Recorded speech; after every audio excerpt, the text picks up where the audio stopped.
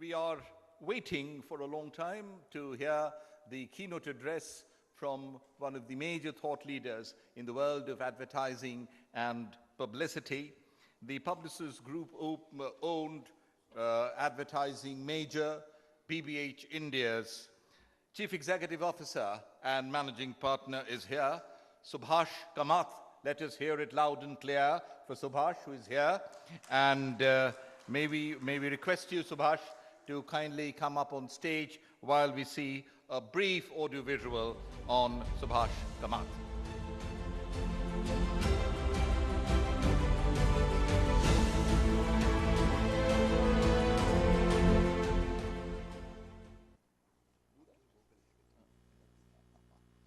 So, BBH India. BBH, Bartle Boggle Hegati India, one of the leading advertising firms known across the world. And to deliver the keynote address, may I request Subhas Kamath to come up on stage. Let's have a huge round of applause for Subhas, who has found time for all of us to travel here and speak to us. Subhas, as you know, has put in 25 years into advertising and still continues to exhibit the same love, the same zeal, the same energy to the profession with the same passion as ever. Subhas will conduct his session on changing landscape of media and marketing. Good morning. Can you hear me at the back? Is the voice clear?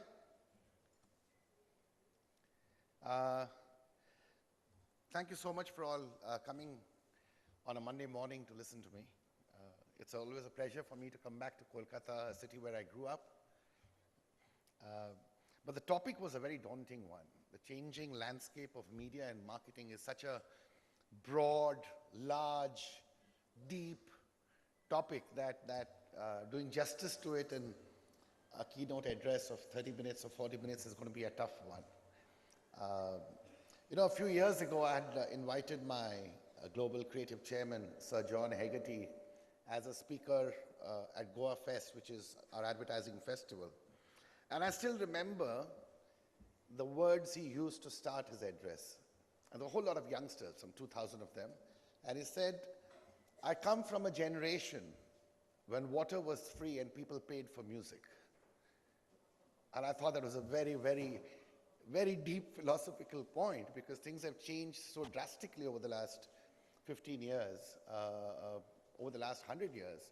Brands have changed, but the last 15 years have been perhaps the most important and fastest change that human society has seen. Nirupam has already spoken about the impact of technology and how that has cascaded and spearheaded this change. Therefore, for me, in this topic, media and marketing is not the key word. The key word is this changing. And I think as people who are running businesses, people who are managing brands, people who are reaching out to consumers, and people who are in the technology business, I think we need to embrace this word.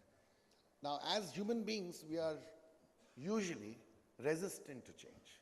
We like the comfort of the familiar. We don't want too many changes in our lives. And I see that in my own business.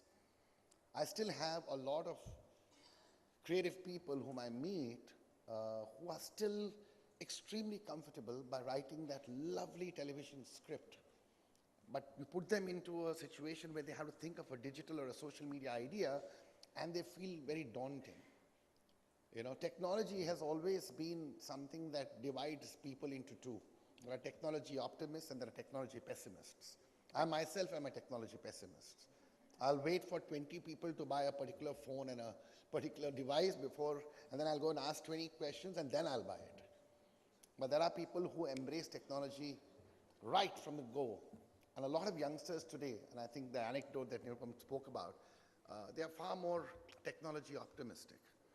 And take a look at what has happened in the last 15 years. Like I said, brands and marketing has always evolved, has always changed. As consumer societies evolve, so has brands and so has marketing, right? But in the last 10 to 15 years, take a look at this visual. 2005, that was the coronation of the Pope, a photograph from St. Peter's Square. And 2013, that's the next Pope coronation.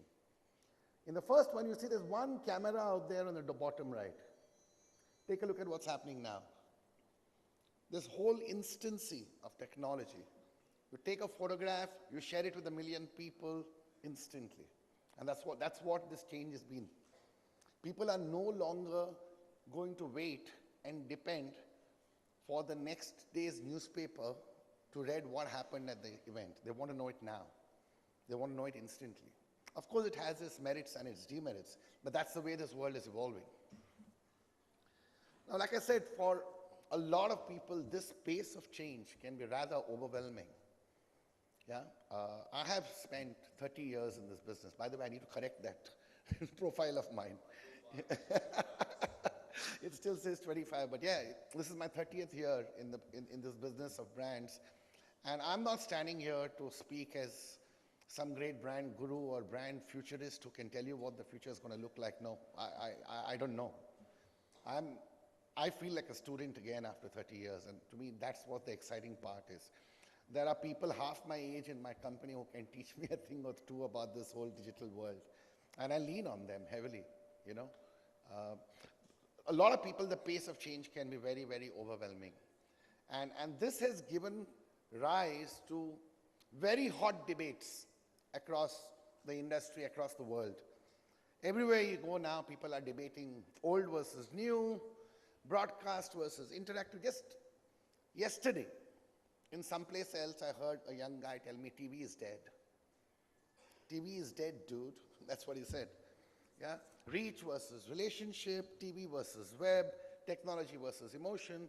And this debate has been, it's not just in India. It's been going across the world. There are more and more budgets, overall marketing budgets being diverted to digital or digital media, away from broadcast media. And yet there are countries like India and many others where television is still today the most cost-effective way to reach a very large number of people. So in my personal point of view, it's not a versus argument at all. I think we make a mistake when we try and put forward very strong points of view. We tend to take very extreme stances. And I think there is a much bigger joy in sitting in the middle and embracing both sides. Swing both ways, if I may use the term. Yeah? I don't think television is dead. I think the way we watch television is going to change. I don't think digital is the goal or the end. I think digital is only the means to get somewhere. So to me, the operative word is versus. Why should it be versus? When we were growing up, you know, we had to decide whether I want to support East Bengal or Mohun Bagan. And we had to decide and take a point of view whether my favorite is Kishore Kumar, the other guy says my favorite is Mohammad Rafi. Why should you decide? Why can't I enjoy both? Why can't I use both? And I think that's the point I want to raise, that if I look at media, right, and I put it on a simple axis of mass reach and a minority reach, and passive and active, that's the curve, right? So at one end of this curve, you will find the typical broadcast media, which is television, print, outdoor, so on and so forth. Now, all those mediums have been used for one-way messaging. As a consumer, you listen to it, and then you decide what you want to do. On the other end of the spectrum, however, is this whole world of digital media, which is far more interactive, far more personalized, far more engaging. But relatively, at least in a place like India, perhaps a lesser reach. Now the issue is not either or. It's about how do you use both of them for your brand to create what I call social currency. Don't think of it as an either or. That's the first point I wanted to make. Let me give you a case study, and I'm sure many of you all would have seen this very famous case study. It's by possibly one of the most traditional marketeers, Procter & Gamble, for a brand that had practically died and become prehistoric. It was, forget my father's brand, it was, I think, my grandfather's brand, and nobody talked about it. And yet, in one of the most amazing turnarounds in the history of brand marketing. They took a brand like Old Spice and created one of the most talked about brand stories in recent times. Let me play you that case study. Sound, please.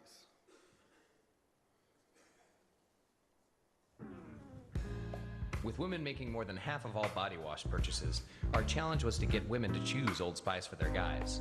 The answer was to launch the first female-targeted Old Spice campaign and introduce women to the man their man could smell like. Hello, ladies. Look at your man. Now back to me. Now back at your man. Now back to me. Sadly, he isn't me.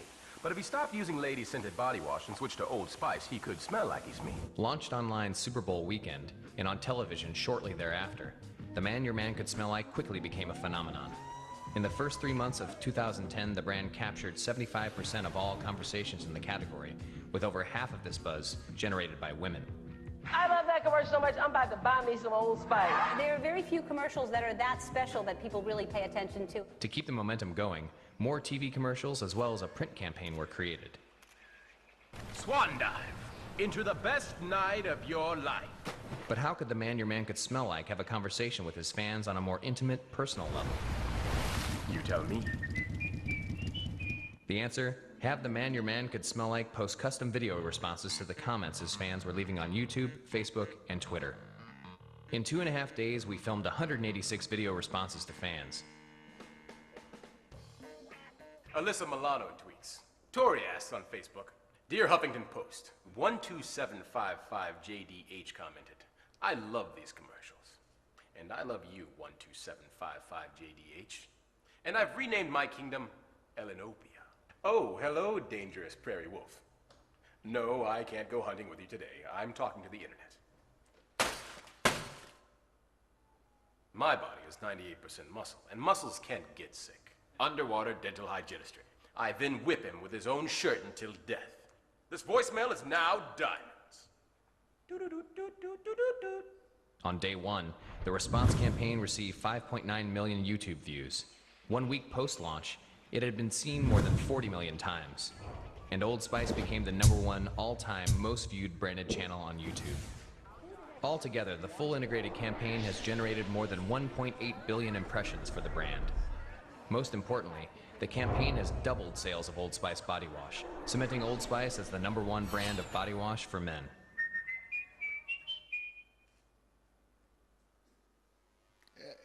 You can go and watch all the commercials that you want on YouTube for this case study, but it's a fascinating case study.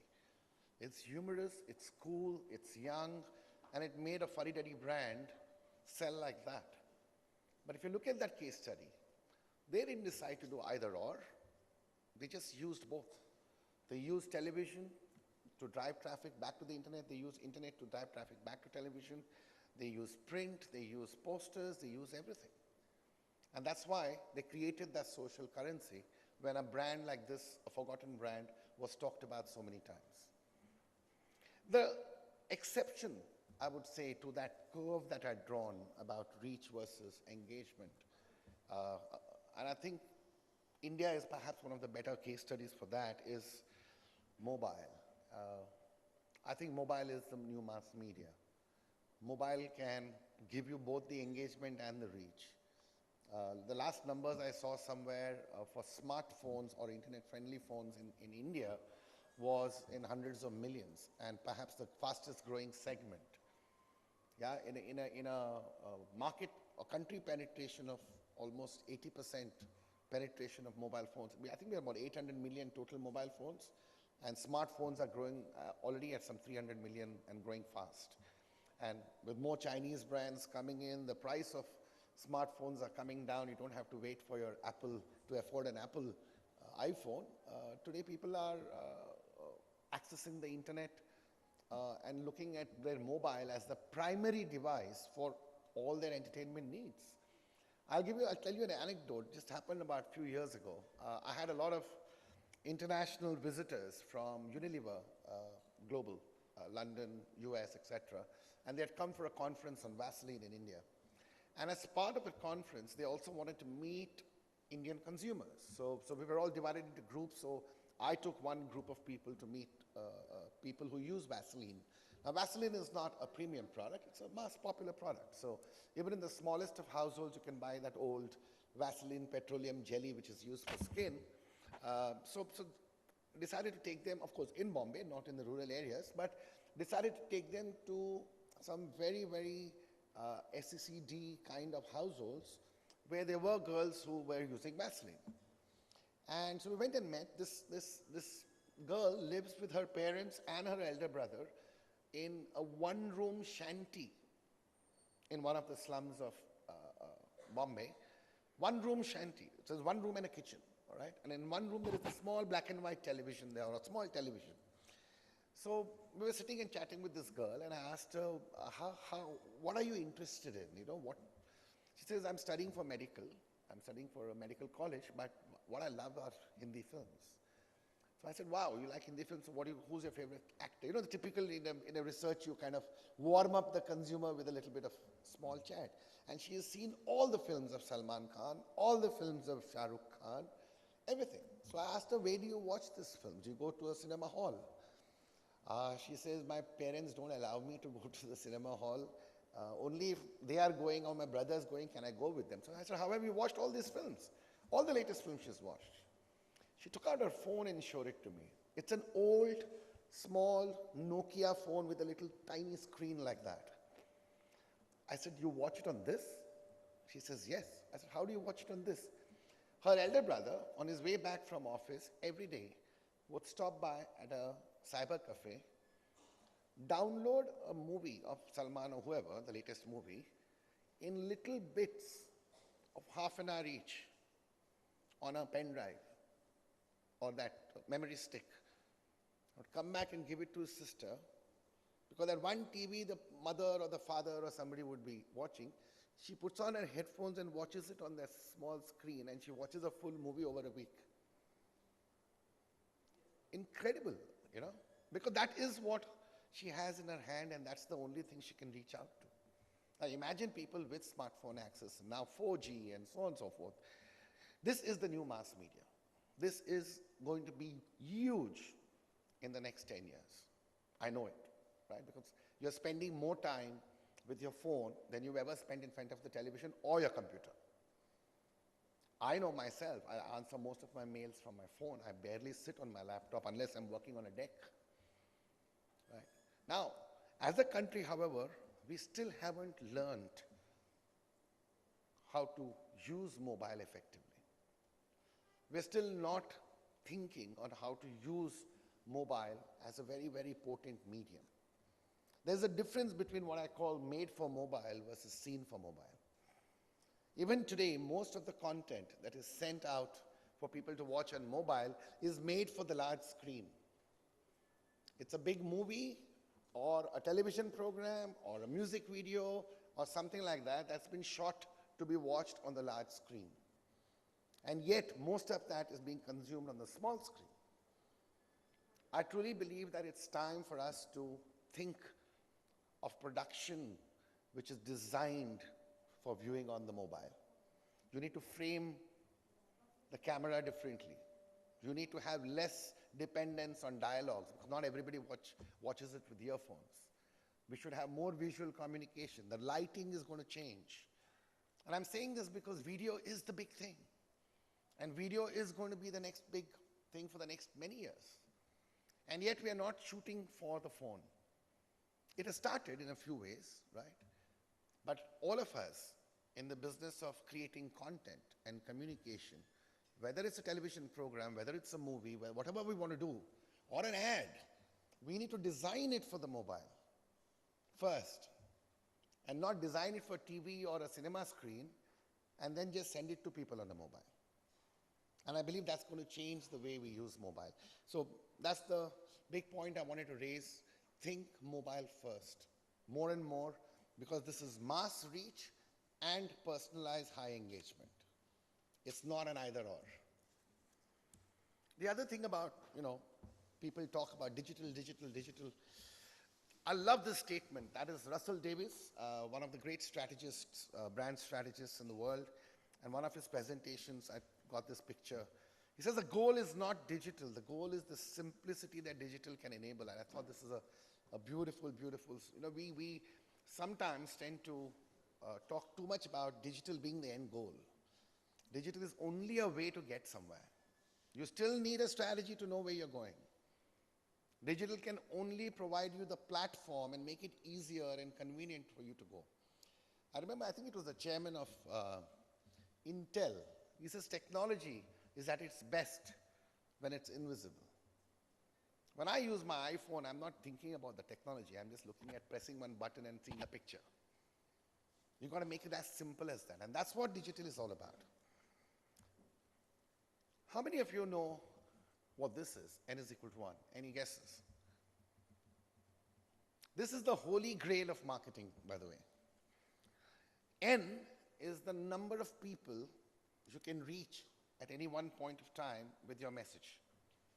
N. And the ultimate dream for any good marketer is that imagine if I could give that message personalized to one individual. When we write briefs, target audience briefs, we try to write it as an individual, don't we? Who exactly are we talking to? She's 25-year-old, lives here, blah, blah, blah, blah, blah. But imagine if I could actually reach to her as an individual. If I go on television, because I need to reach millions of people, my N becomes that many millions that that program will reach. But imagine N is equal to 1. How brilliant that would be. Now, technology is allowing us to head there. It's allowing us to manage communication messages, marketing programs, brand reaching out to people as if they were individuals. And time will come when you will be able to talk to individuals as they are individuals. Right now, already the clusterings have started to happen. It's no longer sufficient to say my target audience is 25 to 30, single woman living in Mumbai. Not enough. Because within that, there'll be some people who are into cricket, some people who are into fashion, some people who are into this thing. And you can actually talk to them based on their likes and dislikes. Google is doing it, Facebook is doing it. It's time marketers also start to do it. So data and analytics can help you get to 1 is to 1, N is to 1. So let me give you an example of a very recent case study that BBH London did for a big brand like British Airways. Take a look at this. This to me is N is equal to 1. Holiday planning starts with your imagination. We visualize them, feel what they might be like.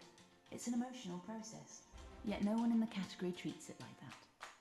So for BA's customers, we want it to be as stressless as possible and actually make it pleasurable. We've invented a way to buy a BA holiday purely by choosing pictures, to literally picture your holiday. A service solution to an advertising problem, our digital tool has a doggedly simple and intuitive design vision. The images instead lead the way.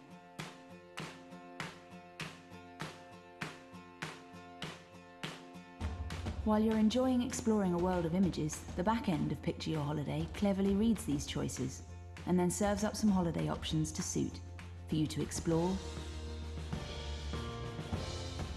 share,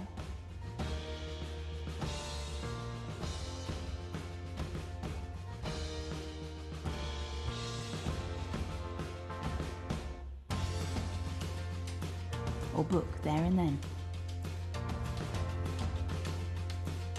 And it was clear to us that our design-led digital product wasn't a supporting device for an ad campaign, it was the campaign.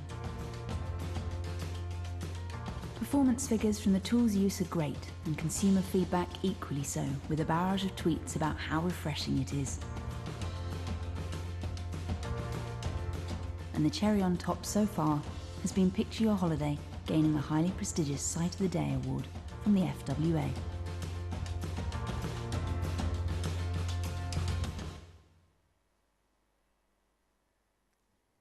A simple need, beautifully thought through, made it so customized that every individual can interact with the brand at a personal, individual level. That's N is equal to 1. The other big point I wanted to tell you is again, this is my point of view, guys, so please throw it out if you don't agree. I believe data is only a starting point. Data can give you direction. Data can give you consumer knowledge and insight. But that's not enough. It's not the goal. You still have to find a way to excite, move, persuade the consumer with storytelling.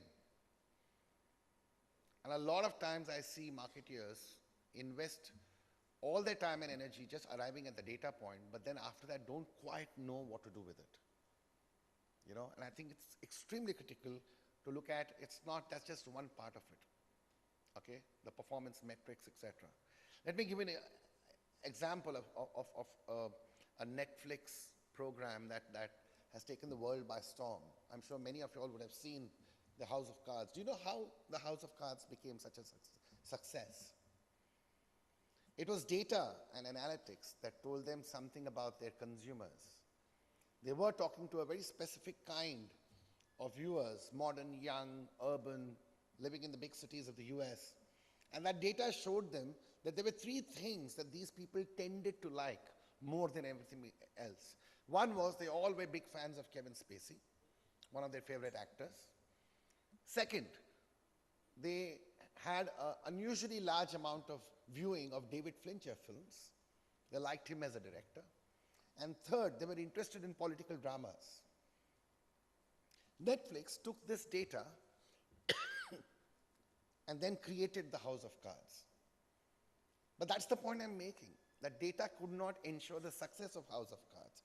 You still needed a brilliant script, you still needed brilliant direction, you still needed brilliant acting, right? And that's what. So what it did was give them a platform to think in a direction. But after that, great storytelling takes over. Please do not give up on storytelling, for God's sake. Regardless of which medium, which screen, ask the question, where's the idea, what's the story? Okay? Thank you so much. Let me present a small case study by BBH New York. I'm sorry, I'm shamelessly plugging some of my own work, but the Old Spice case study was not mine. It's one of Wyden and Kennedy's, and I'm a huge, huge fan of that brand. So it's not only BBH work that I'm showing. But this is a case study for House of Cards that won us the integrated Grand Prix in Cannes this year. So it's a very interesting way they used, if I may, yeah. It was time to launch the new season of the Netflix political thriller, House of Cards. But how do you get the world talking about a fictional president when real presidential candidates were making all the noise? I don't know what I said. I'm really rich. The Republican showdown shattering records, 24 million Americans tuning in. You start by hijacking the highest rated political debate in American history. A moment during a break in the Republican debate last night. Yeah, a campaign ad snuck its way into the commercial lineup and it was quite a surprise. Let's have a look. It's a new day in America. Today, more people will go to work, return home to their families, and sleep more soundly than ever before. All because one man refuses to settle, putting people before politics and honesty before agendas. That man is Frank Underwood. America, I'm only getting started. I'm Frank Underwood, and I approve this message. FU 2016 instantly became the top trending topic during the Republican debate. Now, there was a 30-second presidential commercial that ran last night. One hopeful candidate proclaimed, it's a new day. The fictional character is more popular than the real candidates. And the real candidates should be grateful Frank Underwood can't get in the race because the fake campaign he has going on is pretty awesome. And it looks like we have a contender. It is clear who we need as our next president. Waiting for. On Underwood's site, voters found a more revealing look into his campaign and could show their support by saying FU to any issue facing America today. Fans could even show support for the campaign with FU swag and visit his real campaign headquarters during the presidential primaries in South Carolina. And the campaign as a whole has received over 6.6 billion media impressions to date, all resulting in one of the most talked about launches in Netflix history.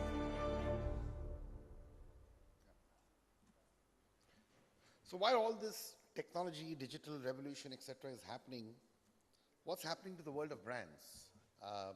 As we all know and we've read about, brands have evolved over time, hundreds of years since brand thinking started, right? So there used to be a time when brand benefits was what was being touted. All of us were taught early in our advertising careers, don't just think product features or attributes, think benefits. What's the benefit to the consumers? Then as things became even more competitive, people felt the need to create what is called the USP. What is my unique selling proposition? There are now so many brands of the same benefits. How am I going to stand out? What's my unique selling proposition? After that got saturated, unique selling proposition started to give way to what I call ESP. What is the emotional space that we're going to occupy? How do we manage emotions to sell the brand better? Somewhere along the way, lifestyle, aspiration, and all that's led to what is called brand image and the kind of world that brands were creating. I'm purposely simplifying this to make a point, but the point I'm making is that over the last 50 years, brands have evolved based on the competitive scenario, based on the economic scenario, based on where their consumers were. In the last few years, I have started to see two big trends as well. One which is technology enabled, and one which is society enabled. So the first point I wanted to make is brand as utility, where it creates utility to solve a client or a consumer's life problem or make something simpler. Now, two brands have done it brilliantly to build a business itself out of utility. Airbnb and Uber, and that whole category is amazing, right? It's turned, Airbnb has turned the hotel industry on its head, and Uber has completely, Uber, Ola in India as well, have changed the way we now transport ourselves locally. And I'm sure you'll hear more from Uber and Ola this afternoon because I noticed that people from Uber and Ola are going to be speaking at this conference. But these are two brands I really, really admire. Now, you may argue saying that these are, that's their business. It's not a brand marketing idea. It's their business itself. I agree. But what about these then? Nike started off as a shoe manufacturer, then became a garment manufacturer, and now is a technology manufacturer. But what have they done using Nike Plus? They've basically innovated to create a utility because their belief is that every body is an athlete. And in this world of socialness, even something like looking after your own health and fitness needs to be social. And they use technology to enable that. And I read somewhere that today Nike Plus is delivering almost 15% of Nike's profits. And I'm sure it will keep increasing. You might have, you'll start to have shoes and garments with technology embedded in it. But it's incredible from where it was as a company. Now, or my favorite example, iTunes. Apple started off as a computer manufacturer, then became a cell phone manufacturer, then a tablet manufacturer. They're basically fantastic hardware manufacturers using great design and great technology to deliver that, a premium brand. Why did they need to create an iTunes? They created iTunes as utility so that people could manage their own music and movies and entertainment simpler from device to device. Today, iTunes is the biggest aggregator of music in the world. In the world. They created utility to solve a client's problems. They didn't say, oh, no, we are only a device manufacturer. Nike didn't say, no, we are only a shoe manufacturer. They said, what is the consumer's life? Understand the consumer, create utility around it. I could go on this topic, but brand as utility is becoming a very, very important thing in today's society, and consumers are loving those kinds of brands that use technology to solve simple day-to-day problems. The second big shift I've started to see, which has come in the last 5-6 years, is what I call the return of brand purpose. Go beyond simple category benefits, go beyond simple proposition. You could elevate the brand to a much higher, bigger purpose in society. One of the things that you may have read about and seen, youngsters especially, they admire brands that do social good, that have a point of view on society. So Dove, and I've taken two examples here which are perhaps two of the most traditional marketeers, Unilever and Procter & Gamble. So the top one is Dove Sketches. If you haven't seen that video, please go onto YouTube and see it. A brilliant, brilliant idea. But their thought of campaign for real beauty was a social commentary. Who said women have to be looking like models to look beautiful? why can't a woman look beautiful the way she is? A very powerful emotional thought for a brand to say. Yeah? The second one is actually a marketing program for Procter & Gamble. They wanted to congratulate all the athletes going in for the Olympics. And they realized the mothers of all these athletes is the only common thing between all these countries. It's the mothers who have raised them to become good athletes. So they said, let's congratulate the mothers instead of only the athletes. Thank you, moms, for bringing up such lovely kids. Yeah? Amazingly powerful. Amazingly powerful. But again, a social point. Yeah? Now, you may again look at it as these are pure communication themes and messages. Right? But brand purpose is not that. I'm seeing this happen across corporates. Companies as big as these are identifying big, hairy, audacious, inspirational, societal goals. In many cases, these goals are changing the way they do business itself, not just marketing. Take, for example, Marks and Spencer over here, one of the biggest retailers in the world, has created what is called Plan A. Why Plan A? Because they believe there is no Plan B. Yeah, this was in 2010, I think, they launched this. They want to say that they want to become, very clear goal, the most sustainable retailer by 2015. Now, sustainability, environment, etc., is not something that you can just create a commercial and put on air. It's got to be a culture within the group, with the company itself, that affects everything that the company does. Or take, for example, IBM. IBM was one of the biggest computer manufacturers in the world. It sold off its business after making billions of losses. It sold off the computer business and became a solutions provider.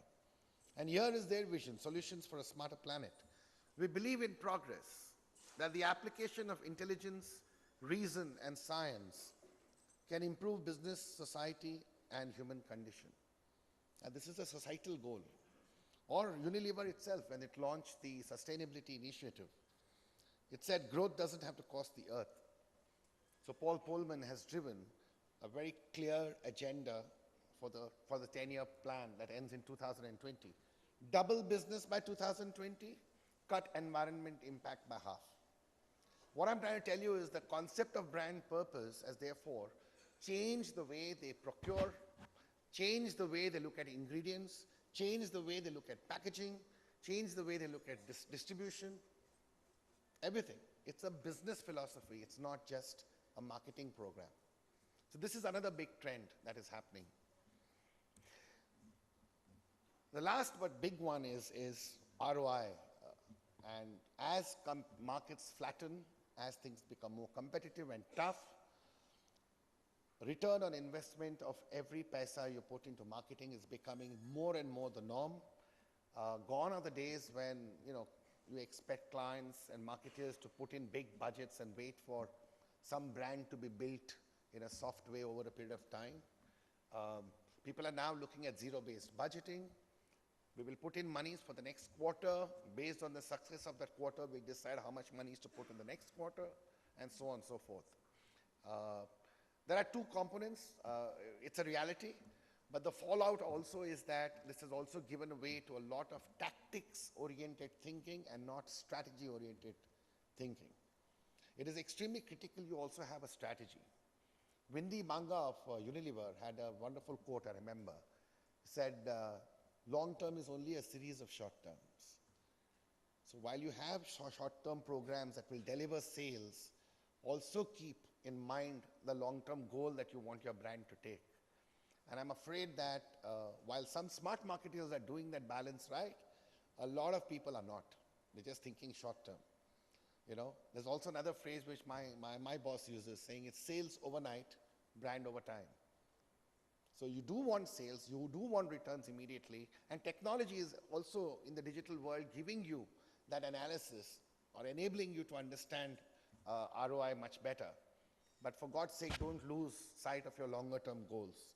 So that's the way brands have evolved, from benefits to imagery to now brand purpose. But here's another counterpoint to that. The biggest brand in the world this year, biggest advertiser in the world, launched a new campaign saying we're going back to very simple, fundamental brand benefit. It's come full circle. There has been so much of talk in social media and society about Coke and aerated drinks being bad for you, etc. That noise was increasing.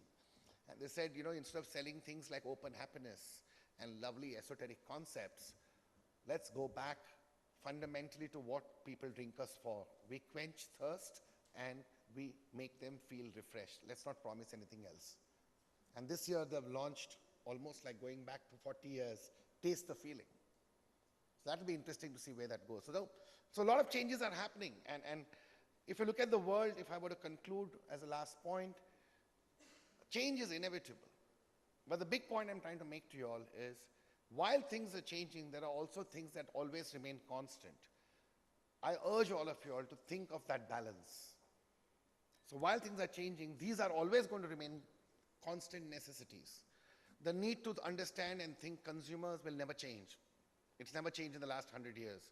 The need to solve problems of consumers will never change. The need to change lives of people will never change. The need for strong brand ideas and strategies will never change. And the need for storytelling will never change. What is, however, changing very, very rapidly are how am I going to do it, where am I going to do it, when am I going to do it, why am I going to do it? These questions are changing very, very, very rapidly. But the central part will always remain the same. That's the big point I wanted to leave you all with. Thank you so much for inviting me to a place I love very much. Thank you.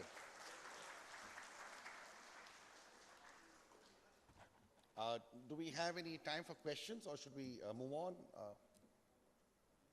Move on? All right, thank you. Thank you very much.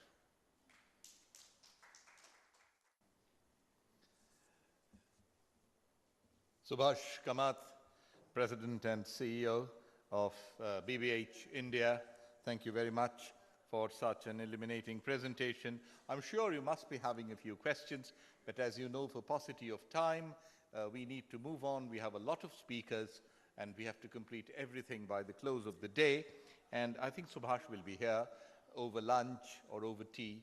You can get your questions answered from this doyen of advertising. We would like to say thank you to Subhas. May I request Shommu to come up here? Shommujit Mahapatro, Chairman, PRSI, Kolkata Chapter. And may I request Ria to bring the memento.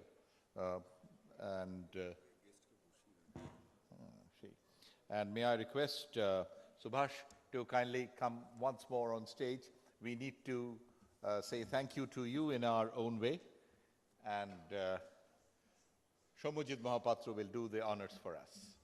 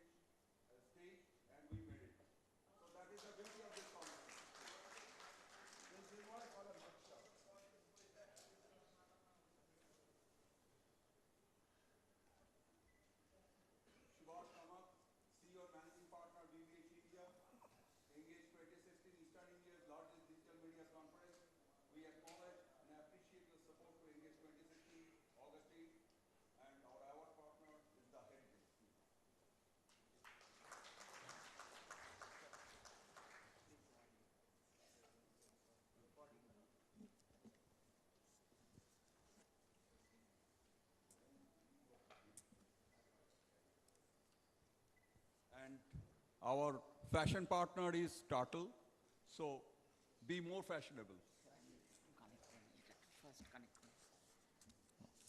And one of our speakers is Mr. Tamal Bandyopadhyay. He has authored the book, and you know what is his last authored book. So I will not tell. He will open the book and tell what is the book.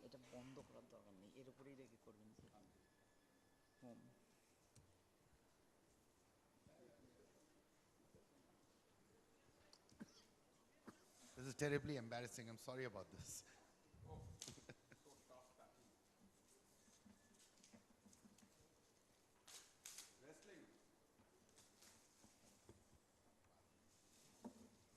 It's called Bandhan, The Making of a Bank by Tamal Bandyopadhyay.